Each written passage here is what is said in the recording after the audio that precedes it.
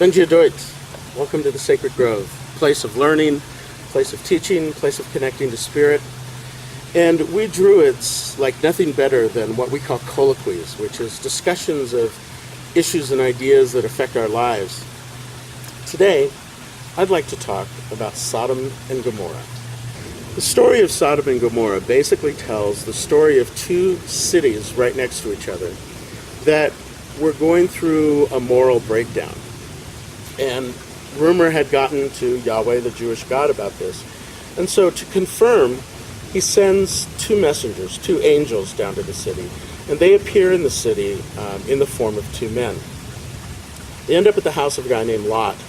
And while they are at Lot's house, all of the men of the town show up outside Lot's house and demand that these men be sent out into the street so that they can know them, which is our word that we use in our translations because we don't want to say things like rape and have sex with. But they're asking to have them sent out so that they can rape them. Lot tries to dissuade them by offering his two daughters to be raped instead, but they won't go for that. And the upshot of it is the rumors about Sodom and Gomorrah confirmed. God rains down hellfire and brimstone and basically destroys the towns. Now, what the fundamentalist Christians will say is that this story is about gay sex, and God got so mad about gay sex that he rained down fire and brimstone. First of all, it wasn't about sex at all. It was about rape. And this was actually something that was relatively common in the ancient times. When an enemy was defeated, the absolute most humiliating thing you could do to him, the way to show that you had absolute power over your enemy, was to rape him. It actually still happens in warfare today, sadly. But that's what the townspeople were trying to do, is have these strangers come out, treat them like the ultimate enemies, and treat them with the ultimate humiliation of being raped by the men of the town. A gang rape, a violent gang rape. The Jews were told by their God that they had once been strangers in a strange land, and that one of the things they were admonished to always do is to treat strangers in their midst with hospitality and with generosity and with care. These people were denying their entire history, denying the admonition of their God, and denying where they came from, which is why it was such a serious thing. It had nothing to do with male-to-male sex. It was about rape, and it was about violating an admonition from their God. The story of Sodom and Gomorrah mentions women and children in the town, so that's a detail that makes it pretty irrational to think that all of a sudden the men in town turned gay. Everything that science teaches us now about sexuality also indicates that that's a pretty silly interpretation of this story.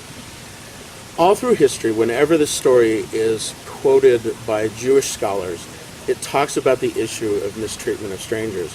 And in fact, one of the greatest rabbis who ever lived, Jesus himself, Jesus of Nazareth, used this story this way. He was sending some of his apostles out to share with towns the good news that the Messiah was imminent.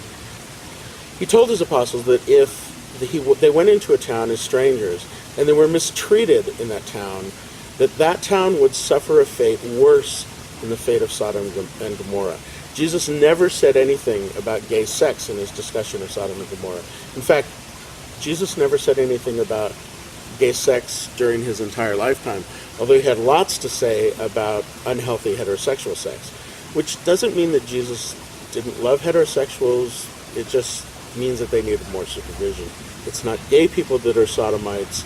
It's the right-wing fundamentalist, homophobic, gay haters that are the true sodomites. And the gay people? Well, the gay people are the angels that are sent into their midst to test their adherence to the admonitions of the God of Abraham. So what I would say to the right-wing fundamentalists is you need to really look at the story and what the lesson of that story and what the sin of that story is. And you need to pay attention to your own Messiah's admonition about what happens to people who commit that kind of a sin. And to the gay and lesbian people out there, I want to say, hang in there, keep being the angels that you are, keep bringing the message of tolerance and acceptance, and some of them are going to learn. Eventually they'll learn. That's our hope. Journey well, my friends, and may the blessings of the Sacred Grove stay in your hearts.